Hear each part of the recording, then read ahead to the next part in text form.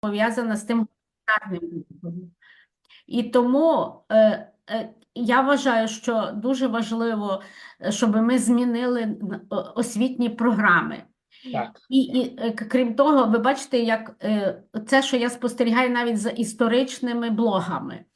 В нас в Україні, по-перше, дуже мало цих історичних всяких україномовних контентів. А по-друге, частина з них російськомовні або не російськомовні, не тільки російськомовні, а володіють і популяризують російські наративи, а друга частина популяризує польські наративи. Тому звернення до наших духовних лідерів, до заповідей Сковороди, Шептицького і Гаврилишина, як представників духовного лідерства в різні епохи, є дуже важливим. І, власне, зараз вже для школярів дуже добре появилися на такі короткі дописи, в яких вони про ці їхні основні заповіді виставлені, але чи вчителі наші практикують це в школах, то інше питання. А ми з вами вже в вищій школі повинні на якомусь іншому рівні пропагандувати ці речі, бо не виховаємо креативного класу, а без креативних рішень не зможемо ані вистояти, ані перемогти. Ну, на жаль, таке є. Поняття креативності, критичності і духовного лідерства в нас є найважливіші ключові поняття, які треба вводити в освіту, особливо в вищу школу. Тому що, ну, як немає командирів, то куди підуть воїни? Так. І це розуміння і соціальної відповідальності вищої освіти, мені здається, всюди треба популяризувати. Я навіть, якщо, бачите, це ніби не зовсім є, ну, якби, багатопрофільність і міждисциплінарність зустрічей дає нам дуже багато синергетичних ефектів. І я ще раз дякую за те, що ви всі були з нами, що ми створили спільні спогади і в цей важливий історичний момент пропагандуємо важливі для українського майбутнього речі. Дякую, пані Ірина. Дійсно підтримую такі речі. І можу поділитися коротким досвідом, що минулого року я мав щастя бути тиждень в Франції, тиждень в Німеччині, ну і проїздом в Польщу, то я цікавився і педагогів, вчителів, викладачів, студентів, учнів. То на відміну від нас, де вже 5 років як скоротили і вже більше немає релігієзнавства, і в Польщі, і в Німеччині, і в Франції до сих пір є релігія як обов'язковий предмет. Або за винятком тих, що, знаєте, з різних причин вони не бажають, то є філософія і такі світоглядні дисципліни. Але релігія є як обов'язкова дисципліна і в Франції, і в Німеччині, і в Польщі. А в нас, бачите, приклад останніх 5 років тому взагалі всіх програм, усіх університетів забрали. Так ви ж бачите, що не тільки релігія, це і не тільки релігія. Релігія, весь гуманітарний блок. Релігія, так, був покромсаний, сучасного світогляду людини, бо він складається з 3 частин: релігії, науки і культури, так би мовити. Але ж нічого цього в нас немає. Кого ми виховуємо? Так. Тобто, якщо поговорити про показники, то в нас виходить в Україні, що всі мають 1 або 2 вищих освіти. Ну, де результати тих всіх так, результатів немає. Де освітленість? Сам процес освітлення розуму. Так, де освітленість? Власне, що цієї освітленості ми не спостерігаємо через те, що ці 2 проблеми, які в управлінні в нас існують з початку 90-х років, це імітація і опортунізм. Тобто всі імітують, що вони працюють, або заперечують все підряд. Ну, так також не повинно, ми можемо і не повинні цього практикувати. До речі, мушу сказати, що не зовсім так, що в Польщі також цей гуманітарний блок випав з одної сторони, Але в них є і інші речі. Наприклад, економічна якась програма ліцензіату, вона має історію господарки. Я сама її читала. Я знаю, що це таке. Це значить, що як я читаю історію господарки, то я розповідаю про всі сторони життя сучасної, скажімо, там воно може починатися зі стародавнього світу. Але може бути так, що залежить від кількості годин, що ти викладаєш, починаючи з історії стародавньої аж до сучасної модерної історії, але ти викладаєш всі сторони життя. Тобто там є економічна, релігійна сторона, розумієте, значення кожної з тих. Тоді політична сторона в сенсі побудови політичних систем. І вони, між іншим, от вони мені це були десь перший курс, цей виклад, у них закінчується, вони мусять представити мені якусь презентацію якогось періоду. І виявилося, коли я подивилася, що вони це все ще в школі вчать. Тобто вони в шкільній програмі вже оцю історію господарську, ту економічну історію, якої в нас вже зовсім немає, а вона колись також була присутня, її зовсім немає. Але там, я ж кажу, що не тільки економічні моменти вивчаються. У нас, бачите, і тоді виходить, що вони, якщо в початковій школі, ну середній, бо не початковій, в середній школі то вивчали, і тепер в вищій школі ще щось там здають, то в них вже закріплюється процес прийняття рішень на основі якихось історій або кращих управлінських практик.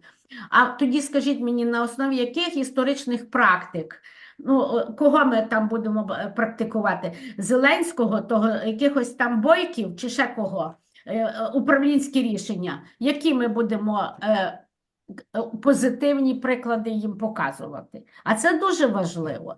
До речі, це стосується, звичайно, і поняття щастя, бо щастя на прикладі кого? От історик пан нам розповідав про кінематограф радянських часів, а в нас зараз кінематограф показує позитивні приклади щастя. Один негатив. Ви подивіться, що вони фінансують. І це ми також повинні про це говорити. Тому що школа і середня, і вища, і релігійні організації, і громадські, і журналістські, і всі громадські організації культурного типу повинні писати і всякі відозви там, чи ще, Бог знає, як воно це може називатися, петиції про те, як має формуватися український культурний інформаційний простір. У нас найбільша проблема деколи не військова небезпека, а інформаційна небезпека. А ми з вами бійці інформаційного фронту вже на протязі всіх років демократії. Просто не всі це усвідомлюють. Добре, бо я бачу, що я перетворююся в другий мітингуючий елемент. Дякую вам за увагу. Дякую, пані Ірино, за дуже важливі доповнення і дякуємо, пане Олеже, за цікаву доповідь. Hello, dear Professor Puime. Наш колега з Іспанії, професор Фелікс Пуїме, долучився до нас. Тож будемо запрошувати його до доповіді. Професор Пуїме є нашим партнером і співорганізатором конференції Іспанія, University of A Coruña. Dear Professor, welcome. Maybe you can say a few greetings words and proceed with your presentation. Nice to hear you. Nowadays I am in Krakow, so very close to. I am teaching as visiting professor in the AGH University, and I have some colleagues from here. One woman from the Polytechnic University of Lviv. I think is your city, no? One woman, she's the head of a department of technology. Natalia. Yes, Polytechnica University. Yeah. Yes. Lviv. Your colleague Natalia is here. And she told me that she's the friend of the rector of your university. And okay, I'm happy to stay with you other year. And for my presentation today, I will explain you a one case, practical case, of to increase the happiness. It's an experimental case in Spain. Okay, I will try to share my presentation. let me check if you can see my screen. You can Right. see my screen? Yes, we can Yeah? see the screen and the presentation as well. Ah, Everything. great. Okay, today I will explain because I have one student. I am professor in doctoral studies in Spain, and this woman, Tetiana Pisanka, she's from Ukraine too, and she's married with a Spanish man, and she's living in my city in La Coruña. I am her supervisor. She's doing the doctoral studies with me in Spain in La Coruña, Tetiana Pisanka, and together we prepare this presentation. And it's about how the legislative policy, how the legislative policy in Spain has reduced traffic deaths and increased the citizen happiness. No. The indexes, I will speak about the introduction. After this, I will speak about our methodology. Method is cost-benefit analysis. And then we will speak about the before and after to the royal degree. It was approved in the year 11 of in the year 2020 in 11th of November, and the conclusions. So the introduction, the royal decree, sorry, is because you know Spain is a kingdom, so the kings in the decrees published in the November of 20 established the speed limits measures of 20 kilometers per hour, 30 kilometers per hour, and 50 kilometers per hour on 60% of the urban routes in Spain. It was a very big reduce in the speed, and the objective is of this law is to achieve a positive impact on reducing road accidents, especially among vulnerable groups, pedestrians, cyclists, motorcyclists, and moped users. The guarantees a smooth traffic flow on major city avenues and ensures a reduction in the negative impact of air quality in the cities. The methodology to do this analysis, we use the cost-benefit analysis. I don't know if you know, is this benefit is quantified by the subtraction cost from benefits, and the cost-benefit ratio is calculated through the formula, as you say, where MPV is the next present value of the total benefits obtained for implementing the policy, and PVC is the present value of the cost of invest in employing this policy. Under simplification conditions, AVP and PCV tend to be approximately their annual value divided by the discount rate. Is one interest is publishing, and where this is the formula, and finalized we will obtain a one value. For our methodology, we did estimation of the social cost of accidents, no? Because okay, there are social costs because many people died in the traffic accidents. There are a lot of victims, no? To quantify the costs associated with accidents victims, the following values are used. We have one statistics, the value of statistical life, VSL, reflects the maximum sum of the benefits that a life could contribute a given society. There are monetary evaluation of the health losses associated with minor and serious injuries. This represents the monetary value of non-fatal injuries, and the qualified adjusted life yearly, QUILI. This includes the monetary value quantifying health losses experienced by accident victims in a unit that combines quality and lifetime. So we have these statistics. These statistics are published for our agency of traffic. Is the statistic yearbook for FINSA. FINSA is like it's association of companies of insurance for the cars. The social this company have a value for the value of the life of one person died in accident. In the year 2011, it was 1,300,000 euros, and the year 2021 it was around 1,448,000. It's of course is the price of one life and it's average. the value of the preventive fatality, you see, is 1,400,000 in the 11, and 21 is 1,550,000. This is the monetary value health losses associated with minor injuries, no?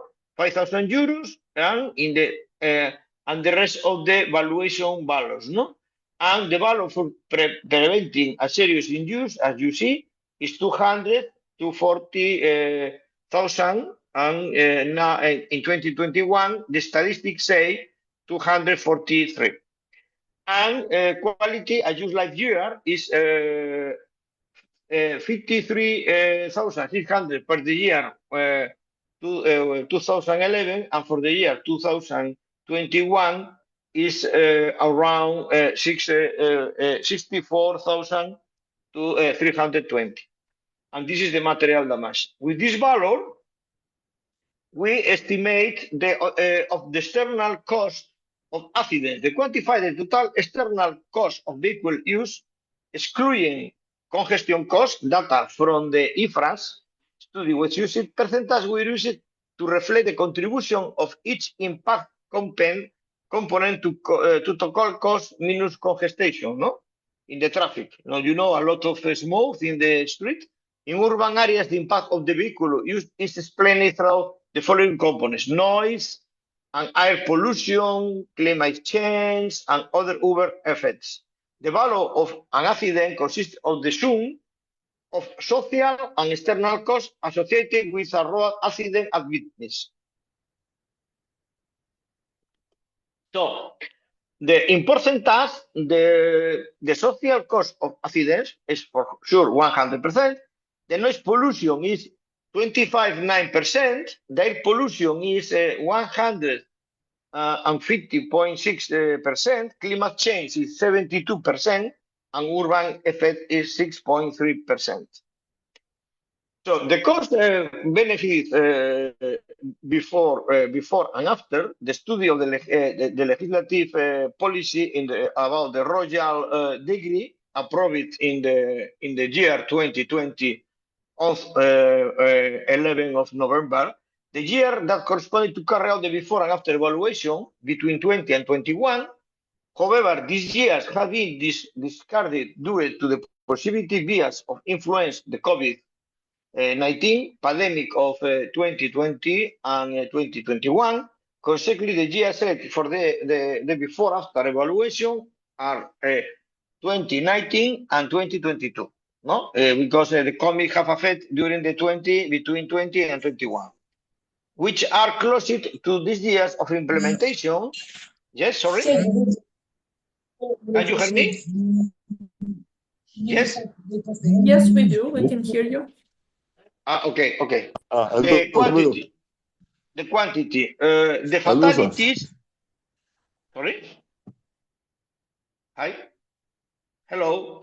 Yes, we can hear everything.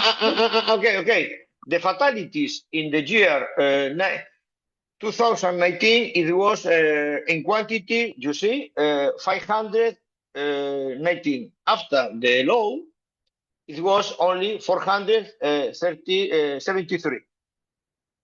The serious injuries, it was this one, and reduced. And the material damage reduced too. This is the total value, and this is the, you see, the damage.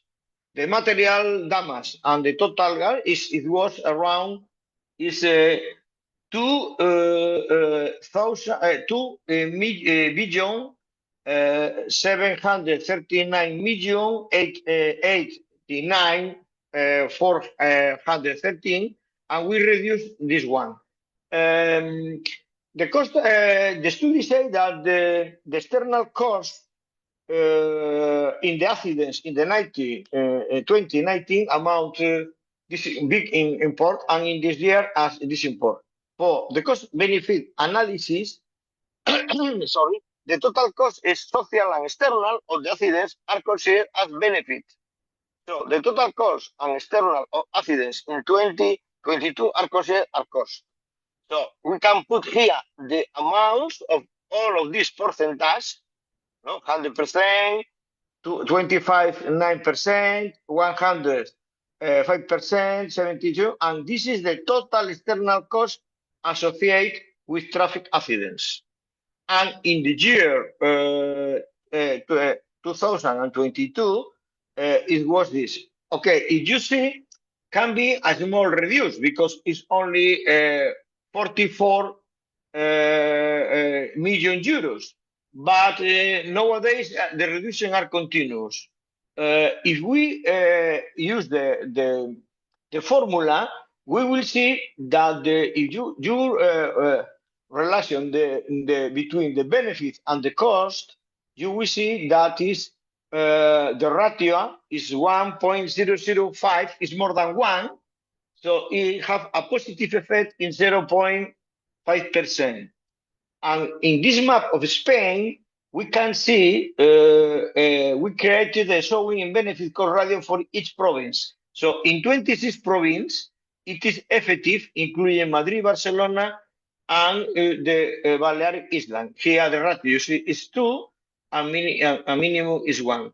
Curiously, in my region, we have a very weak benefit. But for example, in Madrid, it's for this area. In Catalonia, they have a very big impact. Probably because there are more cars. And in my region, there are less cars, and the influence of this law is lower. No? And conclusion. Our study, the conclusion is that the speed has directly relationship with the pedestrian suburban in collisions. According to the traffic accidents studies, the importance of the speed control is evident, and expensive speed is the major cause of road accidents. In 26 provinces, the legislative is effective. Madrid, Barcelona, and Balearic Islands. The impact of the new road traffic model achieves its great positive effect in long term, and it is necessary to implement additional policies through the public administration investment to guarantee and improve road safety in the urban areas in the short time. Thank you for hearing me. And our idea in this presentation is to explain you that it's possible when you implemented some laws to reduce the victims, it's possible to measure the benefits, which is the cost and which is the benefits. And I think that, to be honest, for me, it's impossible to put a number of the value of the life of one person, but if in economics it's necessary. I am professor on finance. Sometimes when we have to discuss about the laws and some rules, we have to put numbers over the table. And this methodology is very effective. This is my contribution because, of course, when we reduce the limit of speed with this law, many people, lost people died every year.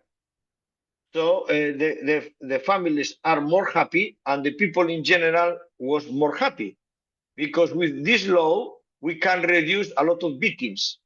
And you have to think, when one person died in a car crash, in accident car, there are a lot of costs for the families and for the society, because you have to pay a pension. Sometimes you have to pay for the people have a prosthesis, need a surgeon in the hospital. So it's very expensive for the country too. So only reducing the speed will reduce a lot the cost for our government of the car accidents. And this is my resume. I hope you like it. Do you like my presentation? And Yes, thank you very much, dear Professor Puime, for your contribution and very interesting topic and issues you outlined. Does anyone have any, sorry, the youngest participant of the conference is having some comments here. Yeah, I see. Yes, so, чи в когось є запитання до професора Puime? Does anyone have questions or comments? Seems not. That is why let's proceed to the next speaker. And again, we appreciate cooperation with you and hope that we can meet offline soon. In person. Yeah, I would like to see you in person in the end of May. I will be the last 2 weeks in Lublin. Mhm. I think that Lublin is close to the Lviv or not? Lublin in Poland? Так, It's not close. Poland. Yeah, but it's close to Lviv. Схід, південний схід Польщі. Yes, so Yeah. that is like in the part of Poland which is near Ukrainian border. Yeah, we will see. we- 150 кілометрів від Львова. We will see what happens in the next month, and if for me, I would like to visit you, of course, your city and your country. We will see what happens in the next months, and you have my promise that when I can go, I will go. Okay? Yes, And okay, thank you for your invitation. I appreciate a lot. Okay? thank you very much. Or we can meet you in Lublin as well as an option. In Lublin too, if you want. Yeah, for sure. Yeah. In Lublin. Okay, so Okay. yeah, we will Okay. will discuss it later on. Okay. Thank you again. Bye. Bye. Thank you. very much. And I'm presenting the next speaker. I guess Professor Tamar Kanashvili has joined us, right? So, are you ready to share your presentation? It's a great pleasure to introduce you, Tamar Kanashvili, PhD, Associate Professor, Business and Technologies, University, Tbilisi, Georgia. Welcome. Thank you very much. I would like firstly to thank you. You've been my source of inspiration on happiness and development, and I said your story and the conference that you made last year, and there has been more than 300 attendees, and it has been a great pleasure to be here with you today. My internet connection, I think it's not so very strong, but I will do my best to present my topic. Actually, I think that as a suggestion, And Professor, can you hear me? to share screen right now. do. Professor Kanashvili, I suggest that we can all turn off our cameras so that you just make presentation. Maybe it will improve a bit the internet connection. How do you think? I will try my best. Оскільки в професора Канашвілі поганий інтернет-зв'язок, пропонуємо вимкнути всім камери. Ну, в принципі, це тільки в мене і пана Андрія. Вимкнемо камери, можливо, буде трошки кращий зв'язок. Maybe this way, this presentation will work as it has been planned. So firstly, вимкніть відео, можливо, буде кращий зв'язок у Тамар Канашвілі. Thank you very much. So firstly, Slava Ukraine. I adore your country, and thank you once again for preparing such an interesting topic and giving us the chance to present it. So my today's topic is happiness and education system.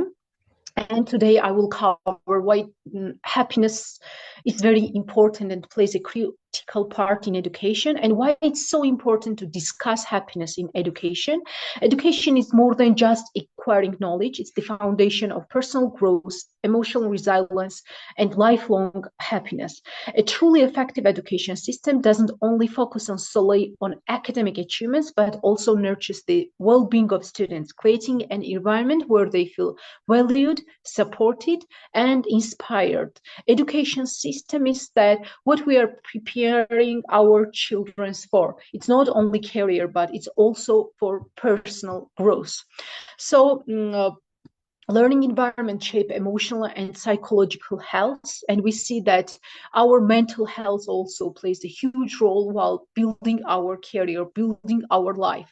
Main research today more focuses on identifying factors affecting students' emotional well-being, evaluating instructional strategies and assessment methods, and how to analyze the role of school culture in fostering of happiness today's modern life. The link between education and happiness is not we cannot consider this link only as a luxury, but today we can say it's a very necessary tool. A student who feels supported is more likely to overcome challenges, develop a life and love for learning, achieve success for both personal and professional lives. I will never ever forget my teacher's words. My teacher in English was Nugzar Rukhadze, and he hasn't started his classes while asking questions about grammar or asking questions about our future or work. He asked one question: why do you love to study English language? And he worked not only on knowledge or skills, but he worked on our attitudes. So attitudes today creating desire. Desire creates a better education system, because when you are motivated, when you are excited, you want to learn more, you want to discover more. And school today shouldn't care not only how to improve our education, but as well students, pupils' well-being. Education role in happiness builds social skills, resilience, it builds social networking and fosters creativity, and not only personal growth, but it develops mental health. While approaching the strict assessment method, we see that there are high stress, low motivation. When we see that education system is more on student-centered learning, then it increases motivation, it increases engagement and dialogue between pupils and between teachers, dialogue between parents and children. And firstly, it improves self-motivation skills as well. So experimental learning as well builds creativity and self-motivation. Today, we see that we have lots of programs, like also technological improvements, such as ChatGPT or any other platforms. But what do we need to increase is our attitudes towards people, researching tools and tools of making them happier, stronger, and much more well-prepared for life. Key factors affecting happiness in education is teaching methods, curriculum, interactive, engaging learning experiences to boost motivation, rote memorization, and rigid structure reduces creativity. Assessment strategies shouldn't be only standard tests, which higher stress, but it should be as well peer reviews, more positive learning experience, dialogue between pupils. For example, in school, we say that we are not so welcome our collaboration. Oh, don't copy to him or don't copy to her. But today we see that change management is a very critical and crucial. Cooperation between pupils are very crucial, because what they need a job at career is a cooperation and teamwork. So education system and happiness tools together create such environment where we want to study more, cooperate more, and to learn from each other. A school that cares from happiness of its students is a school that prepares them for brighter future. So education and well-being are inseparable, and we then go hand in hand, and resulting generation is a confident, inspired, and truly successful individuals in the world, in our countries. And the role of emotional intelligence in education that we should definitely mention is that recognizing and managing emotions and understanding others' empathy and building strong interpersonal relationship where social emotional learning programs are implemented. There is a encouraged self-awareness and resilience, and training teachers is emotional support strategies. I think that education system should go then like more than ready. It has been implemented a lot of programs before, but it's never too late. So we should start right now. If we say for case studies and other researches, we can say that it's, for example, if we take Finland's education system, we see less homework, more creative freedom, less stress, higher motivation. It's not so standardized testing until late years, because at the beginning, for example, they don't use red pen, they use a green one to promote how safe environment they are. Strong teacher and students relationship where they have a sincerity and where they have emotional well-being, when there is education system listens to pupils, to their interest, and is interested in their strong capacity building. So as a result, we see that Finland is ranked amongst the happiest countries with the highest students satisfaction. And for the policy recommendations that every other researcher should be interested in, it's that we should include well-being programs, stress management, emotional intelligence, mindful trainings. We should reform assessment methods, reduce excessive standardization testing, improve teachers training where we focus on more emotional support and students engagement, and for sure encourage individual and creativity. So promote hands-on to the real world learning of experiments, of together learning from mistakes, but creating micro environment where happiness is increased. So conclusion as for takeaways, education should prioritize emotional well-being, emotional intelligence, alongside to academical success. Student-centered learning increases happiness and motivation, and we do need balanced assessment and supportive school cultures of enhancing long-term fulfillment. So future research should explore more term impact of well-being, focused on education and reform. So my final thoughts and a great thank you would be, as a happy student means for me a successful student. I have more than 200 students in Georgia, and I'm very proud of them. And what I'm always telling them, that this is the environment where we listen to you, where we respect you, where we take into consideration your ideas, where you are appreciated, and there are no mistakes because you are learning here.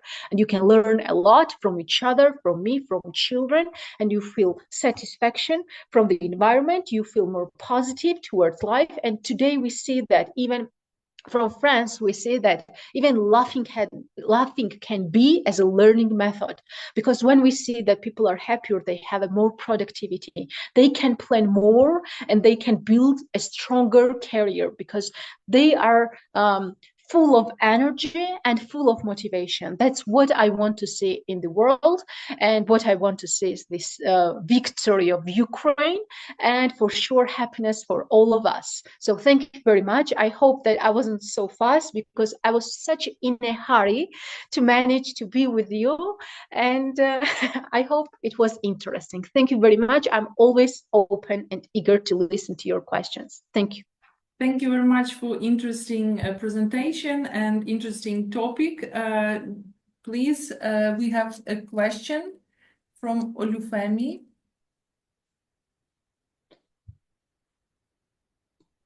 Can you unmute? We cannot hear you. Yes. Can you hear me now? Yes, please. Yes, mine is a comment. It's not really a question, just a comment. Okay. And I hope you can hear me clearly. I hope you can hear me clearly. Yes, mine is a comment. And I think it's one of the problems that we have in the developing continent of Africa. Education has not been able to drive development among African countries because we have not been able to create a connection between the education we offer through our educational system and the problems of society. Education should be the medium to move society forward, to solve societal problems. Education becomes more interesting at whatever level of education, be it at the elementary level, the college level, or the university, when it solves societal problems. Many of developing countries, especially in Africa, also have the problem of economics of education, where public budgets cannot satisfactorily fund education. But in societies where they have connected education with the industry, where educational curriculum and educational ideas solve industrial problems, industries find it more easy to provide budget support for education. So for me, education becomes more fulfilling if it can solve societal problems, if it can equip the individual to add value to their society. And this is the way to go, either by the means of the information technology education that we have today, which is result-oriented, solution-oriented to the problem of society. I think this is very, very important. Also, the increase in the level of involvement of the pupils or students in design of the curriculum and methodology reduces the stress that students undergo in the educational process. The education ordinarily should be a dialogue between the teacher and the learner. But in many systems, it is a monologue. The teacher talking to the learner alone and not getting feedback. If you are able to improve this, it will make education less stressful.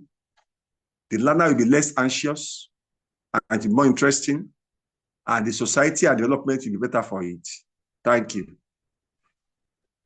Thank you very much for very interesting and very fruitful comment. Thank you. Agree.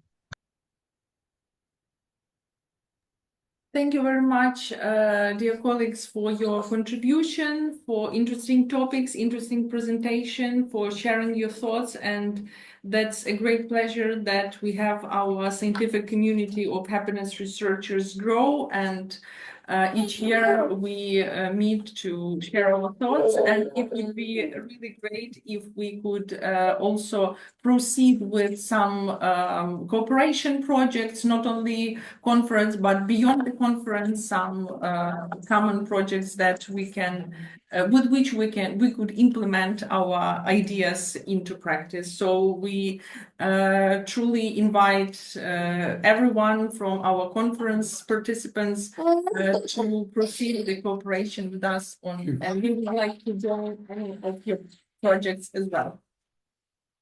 And now the Ukrainian part of the conference closure. Thank you. Шановні учасники конференції, конференція, наша робота підійшла до щасливого кінця. Навіть не видавалося сьогодні зранку, що у нас настільки вдалою пройде ця конференція в цей час.